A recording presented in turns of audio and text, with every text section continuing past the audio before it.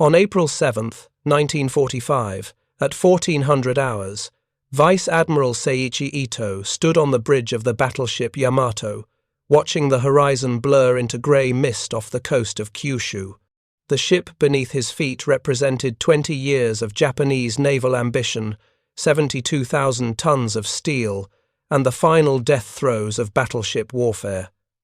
Yamato was the largest battleship ever built. Her main guns could hurl shells weighing over 1 ton across 26 miles of ocean. Her armor belt was 16 inches thick, enough to stop any shell from any battleship in the world. She was designed to be unsinkable, unstoppable, invincible. Yet Ito knew she would be dead by sunset. The Americans had sent reconnaissance aircraft that morning. They knew Yamato was coming. They knew she had fuel for a one-way voyage to Okinawa. They knew she carried no air cover. The American carriers would launch their strike groups within hours. Yamato would face hundreds of aircraft with nothing but her anti-aircraft guns and the prayers of 3,000 men. The mathematics were simple and merciless. One battleship against the entire Fifth Fleet carrier force. It was suicide, disguised as a naval operation. If you're enjoying this deep dive into the story, hit the subscribe button and let us know in the comments from where in the world you are watching from today. The question that haunted Ito during those final hours was not whether Yamato would sink, but why Japan had ever believed battleships would win the war. 20 years earlier, Japanese naval planners had bet everything on the battleship. They designed Yamato and her sister ship Mousashi to be the ultimate expression of naval power. These ships would dominate any battle line, destroy any enemy fleet, guarantee Japanese control of the Pacific. The Americans would build battleships too, but Japan would build bigger ones, faster ones, more powerful ones. Quality would defeat quantity. Bushido spirit would overcome industrial capacity. The warrior tradition would triumph over assembly line production. Every assumption was wrong. By April 1945, Japan had lost both Yamato-class battleships, lost control of the Pacific, and lost any chance of winning the war. The Americans had built 10 new battleships in 4 years, while simultaneously producing 151 aircraft carriers of various types.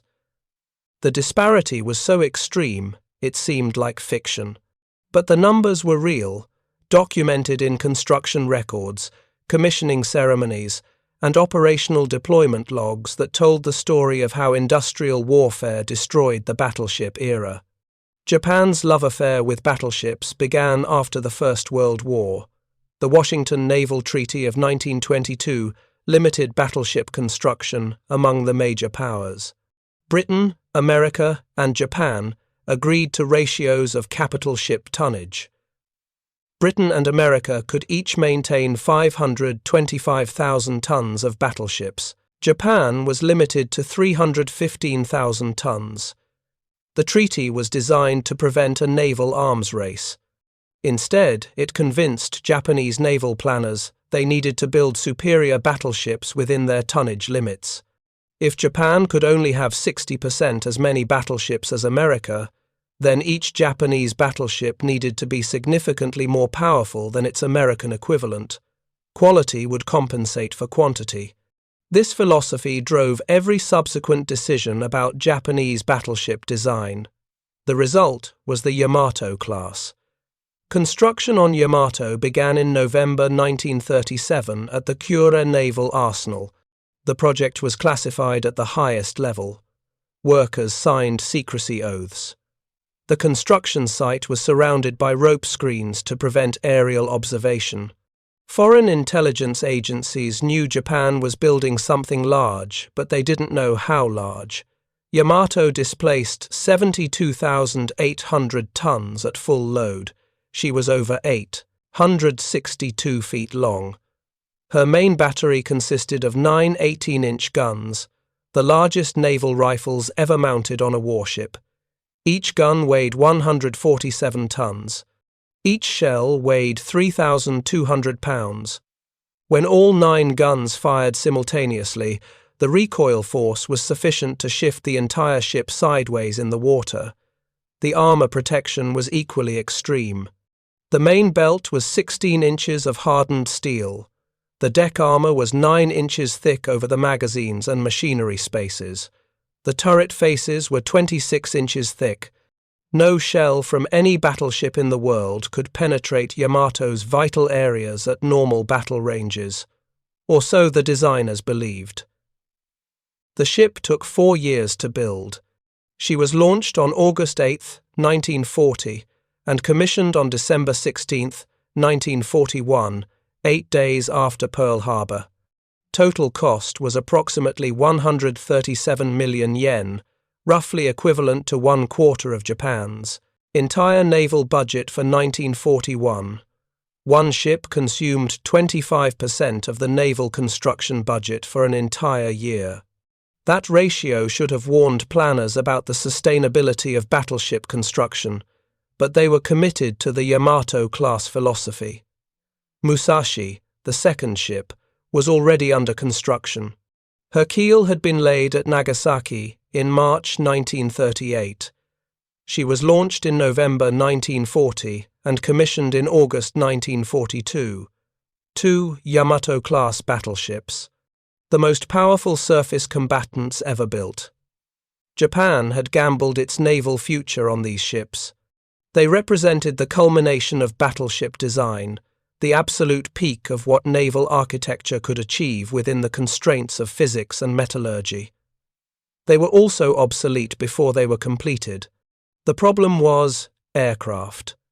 Naval aviation had been evolving since the 1920s, but most naval planners treated carriers as auxiliary vessels, useful for scouting and providing air cover for the battleships that would win decisive surface engagements.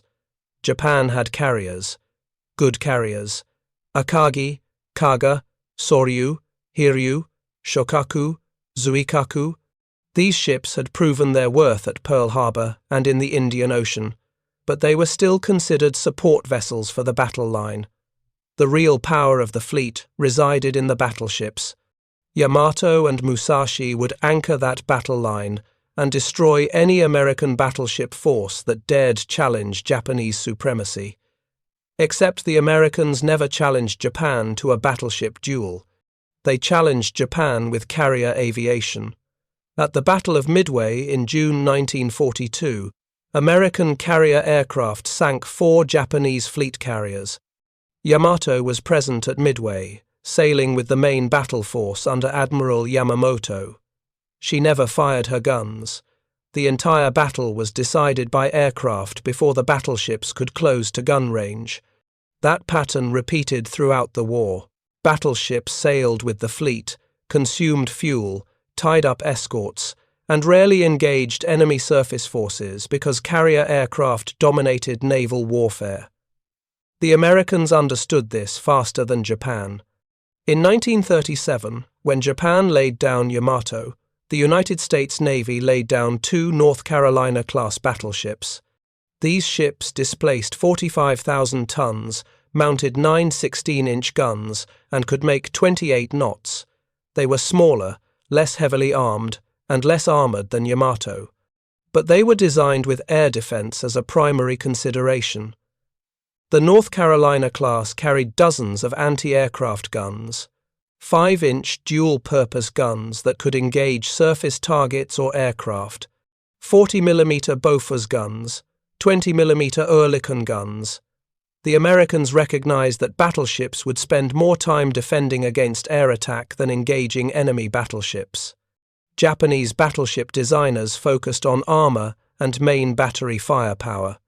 American battleship designers focused on speed, anti-aircraft capability, and radar fire control.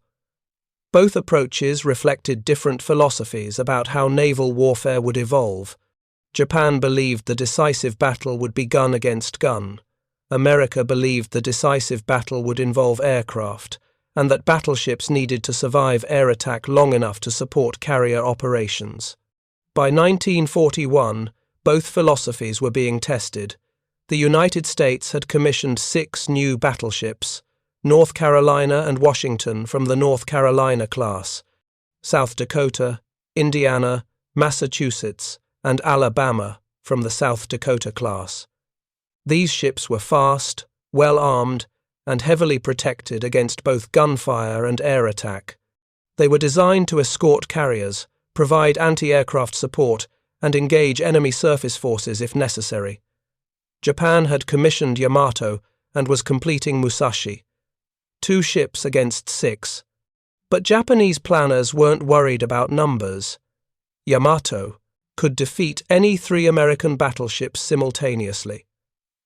Her 18-inch guns could penetrate American battleship armor at ranges where American 16-inch guns could not penetrate Yamato's armor. Quality over quantity. 1 Yamato was worth 3 American battleships. The mathematics seemed sound. In reality, the mathematics were irrelevant because battleships weren't fighting battleships. They were defending against aircraft and providing gunfire support for amphibious operations.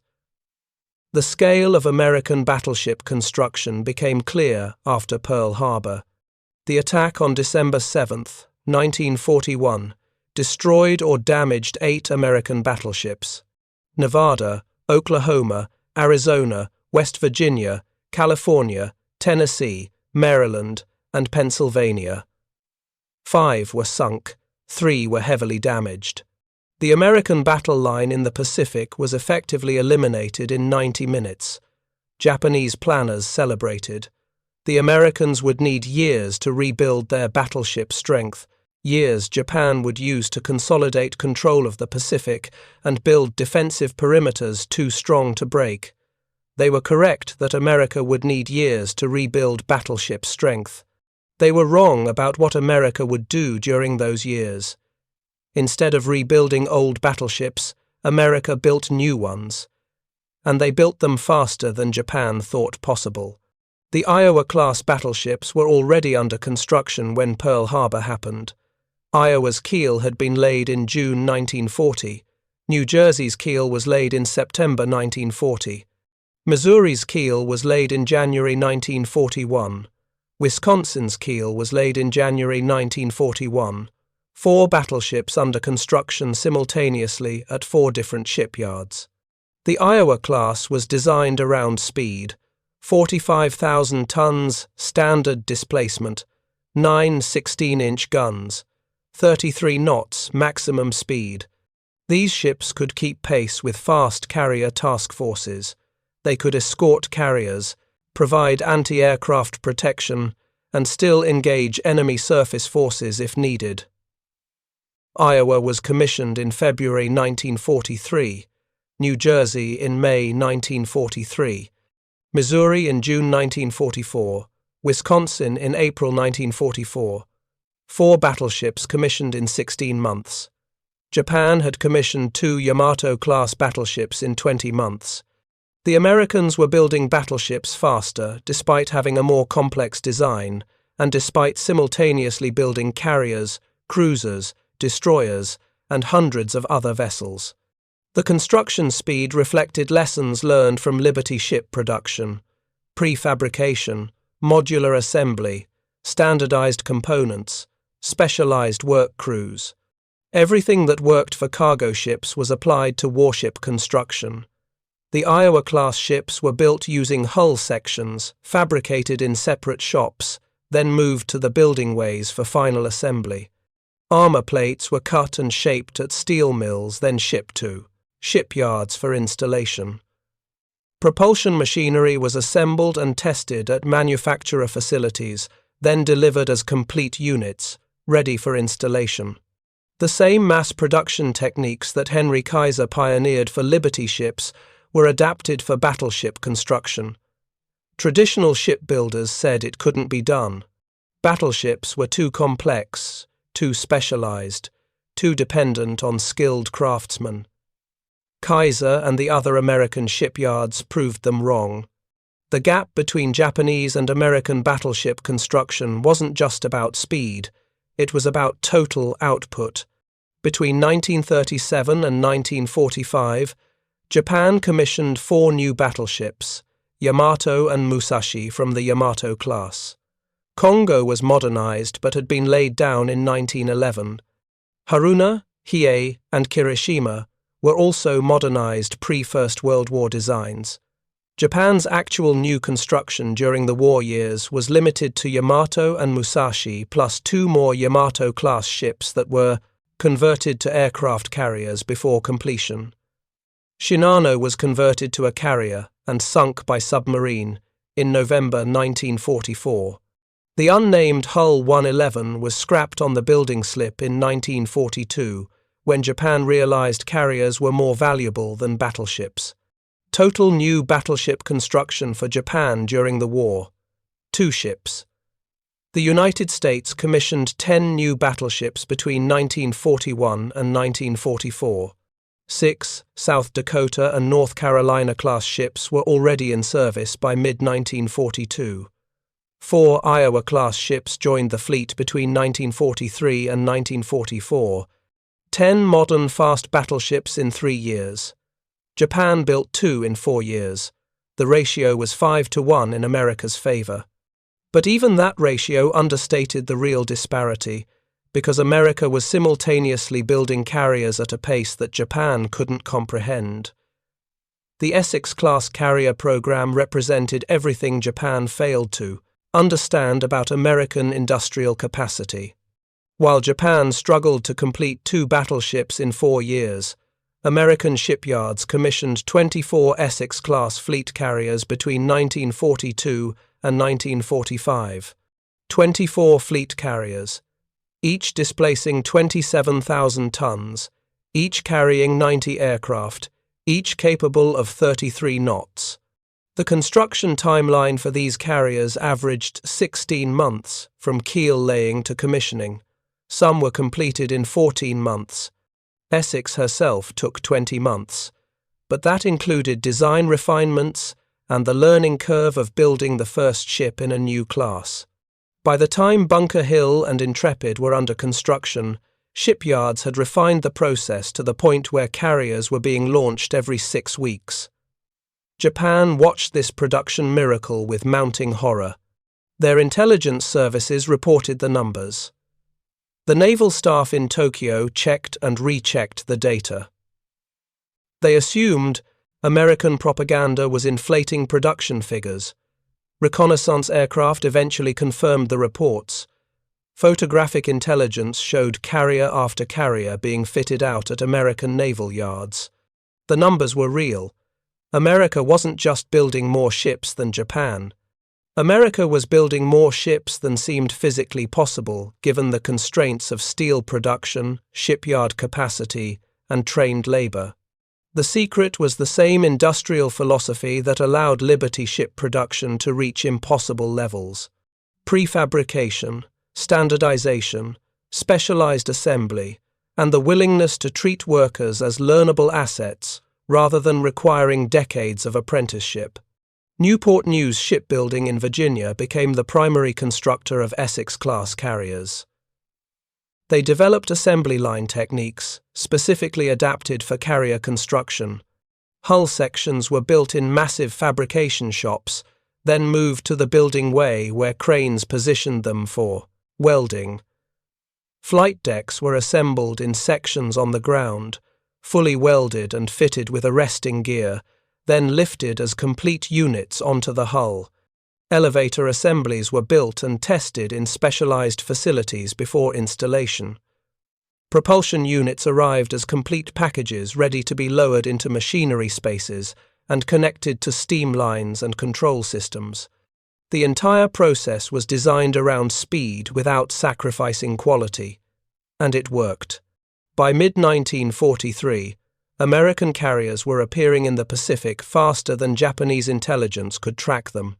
Task forces that should have contained 4 or 5 carriers were showing up with 8 or 10. The mathematical impossibility of American production capacity was destroying Japanese strategic planning.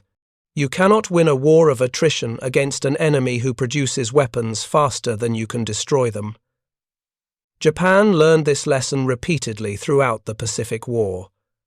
At Guadalcanal, Japanese forces sank 2 American carriers, Wasp and Hornet, devastating losses that should have crippled American naval aviation for months. Instead, within 8 weeks, 4 new Essex-class carriers arrived in the Pacific to replace them. The Americans could afford to trade carriers 1-for-1 with Japan because American shipyards were producing 3 new carriers for every one lost in combat. Japanese battleship production told a different story but reached the same conclusion. Yamato and Mousashi represented the absolute peak of what Japanese industry could achieve. These ships consumed resources on a scale that Japan's wartime economy could barely sustain. Yamato required 72,000 tons of steel, plate, armor, and structural components. Japan's total annual steel production in 1943 was 8 million tons.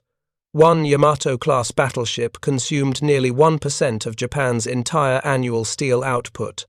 Building 2 of them over 4 years meant dedicating 2% of national steel production to just 2 ships. The Americans built 10 Iowa and South Dakota-class battleships in the same period. Those 10 ships required approximately 450,000 tons of steel. American steel production in 1943 alone was 60 million tons. The 10 battleships consumed less than 1% of a single year's production. The gap wasn't just about raw numbers. It was about what those numbers allowed each nation to do strategically. Japan had to choose between battleships and carriers, between surface combatants and merchant shipping, between offensive weapons and defensive infrastructure. Every ton of steel used for Yamato was a ton not available for carriers, destroyers, or cargo ships. America made no such choices. American industry produced enough steel to build battleships and carriers and cruisers and destroyers and submarines and merchant ships and landing craft and amphibious vehicles and tanks and trucks and aircraft, artillery pieces and small arms and ammunition for all of it simultaneously. The scale of production was so enormous that individual ship losses became tactically unfortunate but strategically meaningless. This became devastatingly clear at the Battle of Leyte Gulf in October 1944. Japan committed almost its entire remaining surface fleet to a desperate attempt to destroy American landing forces at Leyte. The plan was complex, involving multiple task forces approaching from different directions to overwhelm American defenses. Vice Admiral Takeo Kurita commanded the center force, built around the super battleships Yamato and Mousashi, plus 3 other battleships, 10 heavy cruisers, 2 light cruisers, and 15 destroyers. This force would transit San Bernardino Strait and attack the American landing beaches from the north. Vice Admiral Shoji Nishimura commanded the southern force, 2 battleships, 1 heavy cruiser, and 4 destroyers, approaching through Surigao, Strait from the south. Vice Admiral Kiyohide Shima commanded a smaller force in support of Nishimura, and Vice Admiral Jisaburo Ozawa commanded the northern force, 4 aircraft carriers with almost no aircraft aboard, sailing south from Japan to draw American carriers away from Leyte. The plan required perfect coordination and assumed American forces would be confused by multiple simultaneous threats. It was the largest naval operation Japan had attempted since Midway. It was also Japan's last realistic chance to inflict a major defeat on American naval forces. The battle began on October 23 with American submarine attacks on Kurita's center force. 2 heavy cruisers were sunk. Kurita's flagship Atago went down. The admiral was rescued, but his force was already disrupted before reaching the primary battle area. On October 24, American carrier aircraft from Task Force 38 found Kurita's force transiting the Sibuyan Sea. Wave after wave of dive bombers and torpedo planes attacked the Japanese ships. Musashi became the primary target, the second Yamato-class battleship. 72,000 tons of the finest naval architecture Japan could produce. She was hit by 19 torpedoes and 17 bombs over the course of 6 hours. Her armor held against the first dozen hits. Damage control teams contained flooding in multiple compartments. The ship continued sailing, continued shooting, continued fighting even as her list increased and her speed dropped. By late afternoon, Musashi's list had reached 30 degrees. She could no longer steam into the wind. Her anti-aircraft guns were mostly silenced. At 19:15 hours, the order was given to abandon ship. Musashi capsized and sank at 19:35, taking over 1,000 men with her. The most powerful battleship Japan had ever built, designed to be unsinkable, sunk by aircraft in a single afternoon. Yamato survived the same attack. She was hit by several bombs, but her armor held, and her damage control was effective. She continued with Kurita's force through San Bernardino Strait. But Musashi's loss demonstrated everything wrong with battleship doctrine in the age of carrier aviation. No amount of armor could protect against sustained air attack. No amount of anti-aircraft guns could stop determined bomber crews. The battleship era was over. Japan simply refused to accept it. The Southern force met complete destruction at Surigao Strait. American battleships, 6 of them, including West Virginia, California, and Tennessee, raised from the mud of Pearl Harbor and rebuilt, crossed the T on the Japanese formation and opened fire with radar-directed gunfire. It was the last time in history that battleships would engage in a traditional line of battle action. The Japanese ships were destroyed in 40 minutes. Battleships Yamashiro and Fuso were sunk. Heavy cruiser Mogami was crippled and later sunk. 4 destroyers went down. It was a one-sided massacre that demonstrated how effective battleships could be when they were employed in favorable tactical situations with proper support. But such situations were increasingly rare. Carrier aviation dominated naval warfare. Battleships survived only when protected by carrier-based fighters or when operating beyond the range of enemy air power. Kurita's center force, now without Musashi, but still including Yamato and 3 other battleships, passed through San Bernardino Strait during the night and emerged off Samar Island at dawn on October 25th, expecting to find defenseless transports and cargo ships. Instead, they found 6 escort carriers with destroyer escorts. The Battle of Samar should have been a massacre. 4 Japanese battleships, including Yamato, against 6 escort carriers, each displacing 11,000 tons and carrying 28 aircraft. The carriers couldn't run. They could make 18 knots. The battleships could make 30 knots. The carriers couldn't fight. Their 5-inch guns were useless against battleship armor. The aircraft aboard were configured for ground support missions, not anti-ship strikes. Most carried high-explosive bombs rather than armor-piercing ordnance, but the American commanders fought anyway. The escort carriers launched every aircraft they had. The destroyers charged directly at the battleships, firing torpedoes and drawing fire away from the carriers. It was desperate, improvised, heroic, and ultimately successful. The Japanese force sank 1 escort carrier, 2 destroyers, and 1 destroyer escort. But Kurita lost his nerve. He saw the fierce resistance and assumed he was facing fleet carriers with proper escorts. He worried about American carrier aircraft from Task Force 38 returning to trap his force. He ordered a retreat through San Bernardino Strait. Yamato, the ship designed to dominate any surface engagement, withdrew from a battle against escort carriers because her admiral feared air attack more than he trusted his ship's guns. That moment represented the final death of battleship supremacy.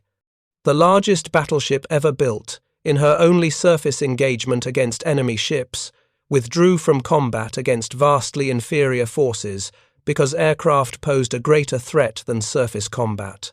The irony was absolute. Japan had spent 20 years and unfathomable resources building battleships that were obsolete before they fired their guns in anger. The Northern Force accomplished its mission. Ozawa's carriers drew American Task Force 38 north, away from Leyte Gulf. American carrier aircraft sank all 4 Japanese carriers. But the sacrifice achieved nothing strategically because Kurita had already withdrawn. Japan lost 4 carriers, 3 battleships, 10 cruisers, and 11 destroyers at Leyte Gulf. The Imperial Japanese Navy ceased to exist as an effective fighting force. Yamato survived. She returned to Japan, anchored at Kure, and waited for a mission that would justify her existence. That mission came in April 1945. American forces had landed on Okinawa. The island was only 350 miles from mainland Japan. Its capture would provide air bases for the final assault on the Japanese home islands. The Japanese High Command ordered a last desperate counterattack.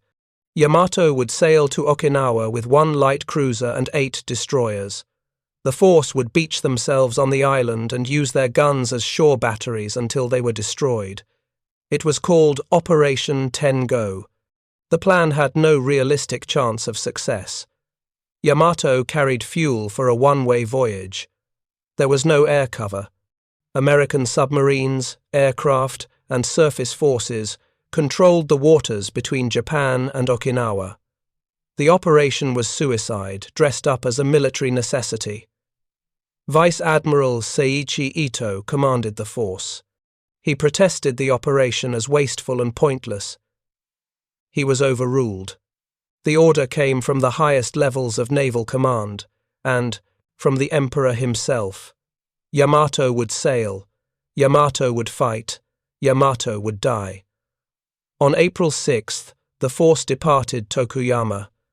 American submarines detected them within hours. American reconnaissance aircraft tracked them throughout the night. On April 7th at 10:00 hours, American carrier aircraft from Task Force 58 attacked. Nearly 400 aircraft from 11 carriers. Yamato had no chance.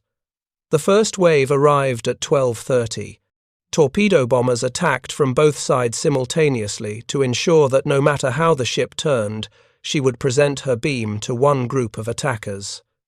Yamato took 3 torpedo hits on her port side. The ship listed 7 degrees. Damage control teams counter-flooded starboard compartments to restore balance. A second wave arrived at 1300. More torpedoes, more bombs. Yamato's anti-aircraft guns fired continuously, but the volume of attacking aircraft was overwhelming. Fighters strafed the exposed gun crews. Dive. Bombers attacked from high altitude. Torpedo bombers came in low from multiple directions. By 13:30, Yamato had taken 8 torpedo hits and 15 bomb hits. Her list was over 15 degrees. Fires were burning in multiple compartments. Steering control was lost. Power was failing. At 14:05, a massive explosion tore through the ship. The forward magazines detonated. The blast was visible for 100 miles. A mushroom cloud rose 6,000 feet into the air. Yamato rolled over and sank. Of the 3,332 men aboard, 2,747 died. Vice Admiral Ito went down with his ship. It was the end of the battleship era, the end of Japanese naval power, and the symbolic end of a strategic philosophy that had guided Japanese naval planning for 20 years. Yamato was designed to dominate battleship versus battleship combat. She never fired her main guns at an enemy ship. She was sunk by aircraft in 2 hours, having inflicted minimal casualties on the attacking force. 10 American aircraft were shot down, 10 planes and their crews in exchange for the largest battleship ever built, and 2,700 men. The exchange ratio was 100-1 in America's favor when measured by tonnage. It was 270-1 when measured by lives. Those numbers told the story of industrial warfare, more clearly than any analysis or strategic paper. Japan built 10 battleships in 20 years. America built 10 battleships in 4 years, plus 151 carriers of all types. The disparity was so extreme that individual battles became irrelevant. Japan could win tactical victories and still lose strategically, because American production replaced losses faster than Japanese forces could inflict them. By August 1945, the United States Navy operated 17 fleet carriers, 9 light carriers, and over 90 escort carriers in the Pacific. Japan had 0 operational carriers. The American battle line included 10 modern fast battleships. Japan had 1 operational battleship, Nagato, anchored at Yokosuka with no fuel to sortie and no mission to accomplish. The war ended not because of atomic bombs, though those provided the justification for surrender that Japanese leaders needed to avoid admitting conventional defeat. The war ended because Japan had no military capacity left to resist. The industrial disparity that began with battleship construction and accelerated with carrier production destroyed Japan's ability to wage war. Every category of naval construction showed the same pattern. America produced 12 times as many destroyers as Japan, 15 times as many submarines, 20 times as many landing craft, 50 times as many patrol boats. The ratios varied by ship type, but the pattern was consistent. American shipyards produced more of everything, faster, and with better quality than Japanese shipyards. The lessons from this industrial mismatch remain relevant today for anyone studying warfare, strategy, or international competition. Wars are decided by production capacity long before they are decided by battlefield tactics. Japan had better battleships in 1941. Yamato was objectively superior to any American battleship in terms of armor, armament, and theoretical combat capability. But superiority in individual platforms means nothing when your opponent produces platforms faster than you can destroy them. Japan had better trained pilots in 1941. Japanese naval aviators had years of combat experience in China. American pilots were inexperienced and poorly trained by comparison. But training advantages erode, pilots die, new pilots need training. By 1943, American pilots were outfighting Japanese pilots because American training programs could afford to give pilots 300 hours of flight time before combat deployment, while Japanese programs were graduating. Pilots with 100 hours because fuel was scarce and time was short. Japan had better torpedoes in 1941. The Type 93 Long Lance was the finest naval torpedo in the world, with longer range, larger warhead, and better reliability than any American torpedo. But technological advantages mean nothing when your opponent produces 10 torpedoes for every one you build and has the industrial capacity to fix design flaws while still maintaining production. The Americans started the war with terrible torpedoes that ran too deep, failed to detonate, and broke into pieces on impact. By 1943, American torpedoes were reliable and deadly because American industry could afford to test, redesign, and improve while still producing thousands of units for combat use. Every aspect of the Pacific War followed this pattern. Initial Japanese advantages in quality, training, and technology were overwhelmed by American advantages in quantity, production, capacity, and industrial depth. The outcome was never in doubt once American industry mobilized. Admiral Yamato understood this. He told the Japanese government that Japan could win battles for 6 months, perhaps a year, but after that, American industrial power would bury them. He was correct. But even Yamato underestimated how quickly American mobilization would proceed. He thought it would take America 2 years to replace the battleships lost at Pearl Harbor. It took 14 months to get 6 modern battleships into service. He thought American carrier production would peak at 8 to 10 carriers per year.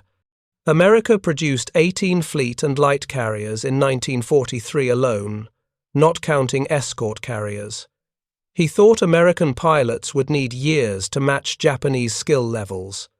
American pilots were competitive by mid-1942 and superior by early 1943. Every assumption Japanese planners made about American industrial capacity was wrong.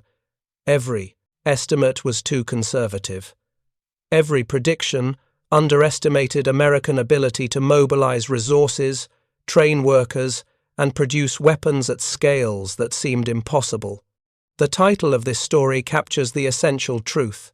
Japan built 10 battleships over 20 years, from 1917 when Nagato was laid down through 1941 when Yamato was commissioned, if you count only modern capital ships completed as battleships. America built 10 modern fast battleships in 4 years from 1937 when North Carolina was laid down through 1944 when the last Iowa-class ship was commissioned. The timeline disparity was 5 to 1. But the real story was the carriers. While building those 10 battleships, America simultaneously produced 151 carriers, 24 Essex-class fleet carriers, 9 Independence-class light carriers, 50 Casablanca-class escort carriers, 45 Sangamon, Bogue, and Commencement Bay-class escort carriers, plus 13 more escort carriers converted from merchant hulls, 151 carriers in 4 years. Japan produced 15 carriers of all types during the entire war, including conversions from merchantmen and incomplete battleship hulls. The ratio was 10 to 1, 10 American carriers for every Japanese carrier. But even that ratio understates the true disparity, because American carriers were larger, carried more aircraft, had better radar, better damage control, better anti-aircraft defenses, and were supported by a logistics system that kept them operational continuously, while Japanese carriers struggled with fuel shortages, spare parts shortages, and pilot shortages. The Pacific War was decided in American shipyards between 1941 and 1945. Every other factor, every battle, every tactical innovation, every strategic decision was secondary to the fundamental reality that America could build weapons faster than Japan could destroy them. And once that industrial dominance was established, the outcome was inevitable. The human cost of this industrial warfare was staggering. Yamato went down with 2,700 men. Mousashi took over 1,000 men to the bottom of the Sibuyan Sea. Across the Pacific, hundreds of thousands of sailors, soldiers, and civilians died in a war that was decided by mathematics and steel production. The tragedy was not just that they died, but that many died in service of a strategy that was obsolete before the war began. Japanese sailors aboard Yamato died defending a ship that represented a philosophy of naval warfare that no longer applied. American sailors died in carrier battles that proved carriers had replaced battleships as the dominant naval platform. The technology changed faster than doctrine. The industrial capacity changed faster than strategy. And men died because their leaders could not, or would not, accept that the nature of warfare had fundamentally transformed. Today, the lessons remain. Industrial capacity matters more than tactical brilliance. Production depth defeats technical superiority. Quantity has a quality all its own when the quantity disparity is 10 to 1 or 20 to 1 or 50 to 1. Japan learned these lessons at terrible cost. America proved them at enormous expense. The war ended 79 years ago, but the fundamental truth remains unchanged. In industrial warfare between major powers, the nation with greater production capacity wins. Not immediately, not easily, but inevitably. The only question is how much destruction occurs before the outcome becomes undeniable. Thank you for watching. For more detailed historical breakdowns, Check out the other videos on your screen now, and don't forget to subscribe.